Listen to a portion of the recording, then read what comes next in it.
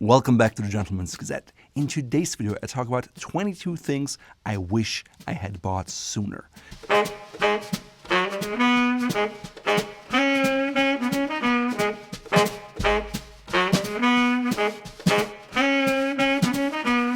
We all have those items that we finally buy and we just say, man, why didn't I buy this earlier? Now, I just thought about the items on my list, and they don't have any particular order. But without further ado, number one on my list, carbon steel pan. Now, my wife and I, we really like to cook, and I like a nice sear on a steak or a piece of meat. So initially we start with Teflon pans, then we tried cast iron pans, but we weren't good at maintaining them and they would rust frequently. Then we would get the just stainless steel pans. I think from All-Clad, we got them for a wedding present, and they're good, but they're hard to clean and to maintain. And then I noticed at restaurants, they always had these carbon steel pans, and so I gave them a try. They're similarly heavy to a cast iron pan, and they rust. That's why you season them, and after you clean them, you re-season them with a thin layer of oil, put it on a high heat. It's relatively easy to do. They've never rusted, and the crusts you get, no matter whether it's on a mushroom or a piece of meat, or just if you saute onions, they just taste a lot better. So I really wished I had bought this item probably 10, 15 years earlier. The ones I bought are from the French manufacturer Matfer Bourgeat. I think they were on Amazon, but you can also get them from restaurant supply stores, where they're usually less expensive. Second item on the list is a safari jacket. I got one in a green linen, and what I really like about them is they have little strings, so you can make them looser or tighter. It's great when you go to a warm weather destination, and best of all, it has big bellows pockets with flaps that have snaps in them, so I can have my phone in there, my passport, my wallet, whatever I need when I travel. I can have it all in my pockets, and it's very easy to have it handy. I don't need a separate thing, so I really like that jacket. Now, in recent years, safari jackets and similar jackets have become rather popular, so they're much easier to find these days than they were 10 or 15 years ago. So I wish I had it earlier for travel. Number 3 is a Peloton Bike. I think years ago we signed up for an LA Fitness membership that was before we had kids, and it was great. We could go to the gym, but I realize now that once you have kids and you're at home and life is busy at work, it's really hard to motivate you to go out and go to the gym either early in the morning or late at night. Whereas with the Peloton, I actually get on it. And just like with any fitness gear, what matters is if you use it. And if you use it, it's worth it because it's an investment in your body. It supports you with your data, right? So I got a heart rate measurement tool, and it tracks all my stuff, so it keeps me motivated and I can compare and benchmark myself. They have these power zone classes, which are pretty good, so you get better and you train at your level no matter where you're at. So I really enjoy that. And I think my streak is over 83 weeks now, which means I've used it for 83 weeks straight, which is awesome. And sometimes if you go and travel, hotels now, they have those bikes, so you can just hop on, log into your account, and use them. If you want to follow my progress or just give me a high five, Gentleman's Gazette is my handle, and you find me on Peloton. The fourth item on my list is a pair of bespoke shoes. Now, I have many bespoke shoes, and my foot is not that special that I desperately need bespoke shoes, but I really enjoyed the process of working with a shoemaker very closely. I learned a lot about shoemaking because I was part of this project start to finish for over 2 weeks every day, and it was just very interesting, and I learned more than I already knew when just visiting a shoe factory. I was also able to really bring in all the details that I liked and create something special that I would not get off the rack or made to order. The fifth thing I wish I'd bought earlier are pinky rings. I was always interested in going to antique markets and flea markets. My first pinky ring, the silver malachite one that I bought for maybe 10, 12 euros at a flea market in Berlin. Ever since I bought that first one, I definitely expanded my collection, and wherever I go, I find a piece because I like them and it's fun wearing them. The sixth item on my list is a tool belt. Maybe you wouldn't have expected that from me, but it's actually a gift that I got from my in-laws. And it's fantastic because sometimes, you have to take care of stuff. Maybe your light fixture is crooked and you want to hang a new one up. Or maybe there's a woodpecker outside your bedroom and the next handyman can't come for 2 weeks, so you have to get up to the ladder and take care of stuff. So with a tool belt, you just have everything at your disposal. The last time I used it was actually to mount some Nest cameras, and then you can have your screws in there, you can have your hammer, you can have your drill, and anything you need up there so you can stay up on the ladder. Stuff gets done more quickly. I think it's safer, and it's a wonderful thing. The seventh thing I wish I bought earlier is a quilted jacket. Again, my first one, I bought it at the same flea market I bought a pinky ring at in 2015, and it was just a used barber jacket. I still have it. It's brown, it's quilted, and originally these were made as horse warming blankets, and then they just also made them for humans. So they're very lightweight, they're great for travel, they're very insulating, they have snap buttons so you can wear them unbuttoned, they're slightly longer and wider in the sleeve so you can wear it over a blazer, for example, or a sport coat or a suit. So they're quite versatile in my opinion. Of course, Barbour is the big name. There are other brands out there. I got this cool one with a houndstooth pattern that has green trim with side bands, and I got a lot of compliments for it. The eighth thing on the list is fish sauce and Worcestershire sauce. Again, I like good food. I like to cook, and fish sauce just has this umami flavor. In the US, I typically buy the red boat sauce because I find it's really, really good.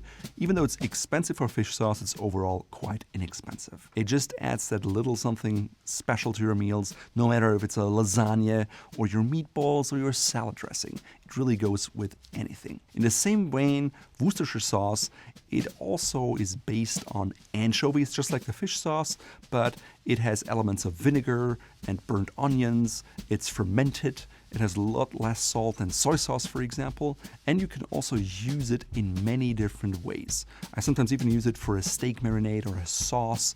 It has that mix of sweet, salty, sour, and if you know anything about food, it's that if you combine fat, sweet, salt, and sour, good things happen in your meal. The ninth thing I wish I would earlier are cardigans.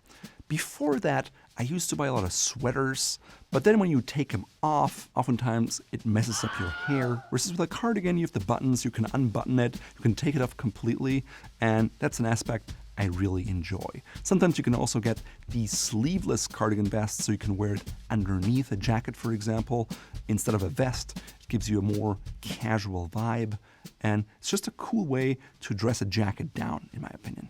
The 10th thing I wish I bought earlier are woven leather shoes.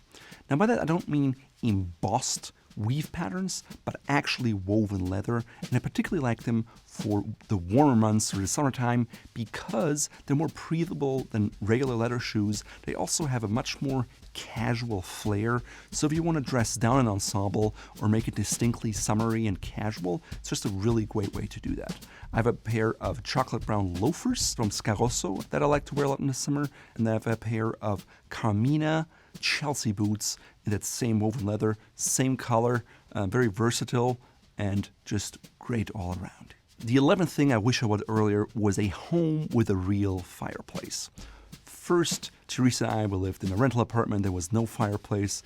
Then we bought a condo, and it would have been extremely expensive to put in a fireplace because it would have required commercial fireproofing. So we got some of those gel fireplaces, and it created a nice ambiance, but it would smell a little bit, and we didn't know anything better, so we were fine. But then when we moved to this house, which has 3 fireplaces, they're all wood burning, all functioning, we just realized, wow, this is so nice. It's the sound, it's the heat, having friends over after dinner, the drink.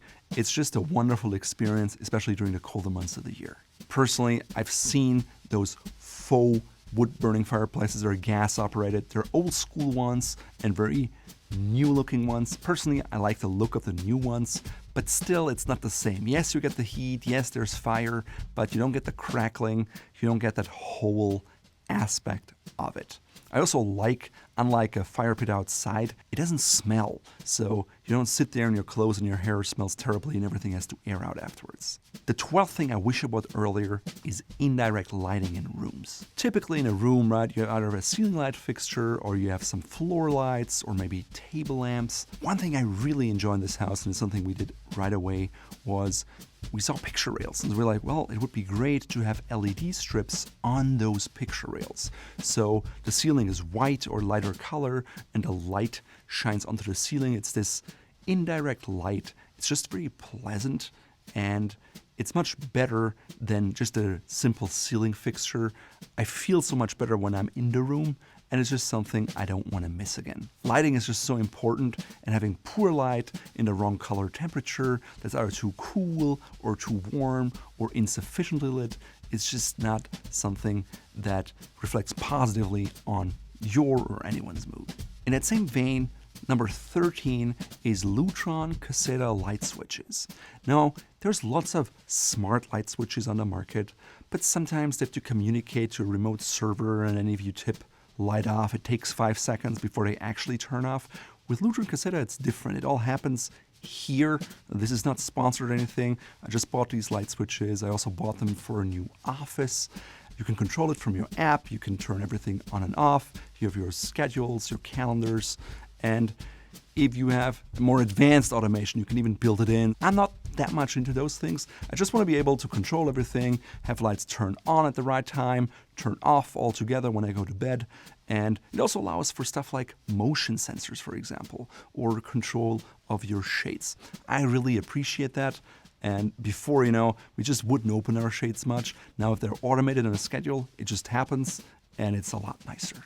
It also helps save an electricity cost because rather than forgetting to turn off the light, you can set it so they just turn off automatically, maybe in your staircase or in your hallway or wherever you want stuff. Another thing I wish I bought earlier was an alarm system. Well, first of all, the homeowner's insurance pays me the amount of money I pay for the system back because they consider my house to be safer. So at the end of the day, it doesn't cost me anything. It's monitored, but it's also hooked up to all the locks, so I can have a keyless entry into my house. I don't need keys anymore. I can open the garage doors. I can coordinate everything. I can let other people in and out of the house, even when I'm not there. You can couple it with your camera so you can see what's going on, and it's just a wonderful thing that I don't want to miss anymore. My bill is about $40 a month, but again, at the end of the day, it's zero because I get that money all back from the insurance company. Now, I had to invest upfront about $2,000 in getting all the sensors, glass break sensors, window sensors, door sensors, smoke sensors, and all that stuff. But I think that's overall was a good investment. The 15th thing I wish I bought earlier is a player piano. Sadly, I don't have a lot of time in my life left over next to the business and my family for playing the piano. But having a player piano just enables you to listen to it, to use it. It could be background music when you have guests over. It can be just you sitting there reading a book or just intentionally listening to a cool piece. And there's so much music out there that's available, whether it's, ragtime or just bar music or classical music. And you can just pick whatever you like, or even like Elton John, and he sings into the piano. It's just cool, it's relaxing, and it's something I really enjoy. And the sound of a real piano is not comparable to something that is replicated on a speaker, even though you may have good speakers. The 16th thing I wish I bought sooner was access to peer groups. Now, no matter what you do, there are peer groups based on your hobby, there are peer groups based on your profession, peer groups based on the fact that maybe, like me, you're an entrepreneur or you are in e-commerce or whatever it is, there are peer groups, and a lot of other people have done things that you are facing now. They did it before, they made mistakes before you, they learned things before you. There's just a lot to learn from others, but also to connect, and it can give you a sense of belonging. It definitely did for me, and I really enjoyed it, and I wish I opened myself up to these things earlier. Before, what held me back was maybe that belief that, wow, it costs a lot of money, and instead of paying $2,000 a year to be part of this group, I could buy a couch instead or whatever. But at the end of the day, the investment of $2,000 or $10,000 into peer groups has paid back manyfold for me, not just on a monetary level, but also on a personal level. I think I'm more self-reflective now than I ever was. I learned a lot about me, others, family, management, my weaknesses, and overall, it's just a great experience. The 17th thing I wish I bought sooner is business coaching. And I came across it through one of my peer groups. A friend brought in his business coach, who is a former therapist. And the whole idea is that sometimes when you want to grow, what's holding you back is yourself. It's your belief system that as a kid was just injected into you, and it's not something that you actually had control over. And then later in your life, the people you surrounded yourself with also had an impact on you. And it all shapes our beliefs, our thoughts, and sometimes that's what can really hold us back. So having someone to really work on these things and understand things, I thought was really valuable, and I wish I had started that earlier. Item number 18 are Isaia Jackets in my size. Now, Isaia Jackets are relatively pricey if you buy them new. I would never buy them new, but I've picked up a few used jackets, and they all seem to fit me quite well. I like the range of movement I get from them, I like the silhouette, and I like the price when I buy them secondhand on places like eBay. Now we have a whole video that talks about how a suit should fit, and we also have videos about suit brands I like and recommend. And ultimately, the best suit or jacket doesn't help you much if it doesn't fit. But if you find something where you like the cut, you like the fit, you like the materials, and you can pick it up inexpensively, well, then you hit the jackpot. Number 19, a dining room mural. Now both Teresa and I, we always liked somewhat unusual things, accent pieces, bold statement pieces in the place that we live. In our old condo, we actually watched a video by Leonard Pardon who did faux finishes, and then we took corrugated cardboard, Viridian green oil paint, and made a faux malachite wall. It was a lot of fun, it looked fantastic, and we still have pictures of that wall. Now, this was quite a project, and it stank a lot. So you have to open your windows when it's cold outside, it's a problem. And so we moved to this house. First we were like, well, shall we do this again? But then we're like, well, this is a new house, let's try something else. And we weren't quite sure, so we took a color that was green, that was similar to that malachite, but it was just flat green, so we weren't that excited about it. And then eventually we decided, why not hire a local artist who does murals and just have him paint directly onto the wall. That way you can get something very customized for the space. You can get exactly what you want. And it's a cool conversation piece when you have people over and everyone likes it. I personally like it. Every time I walk into this room, I'm filled with joy. So I wish we would have done that earlier.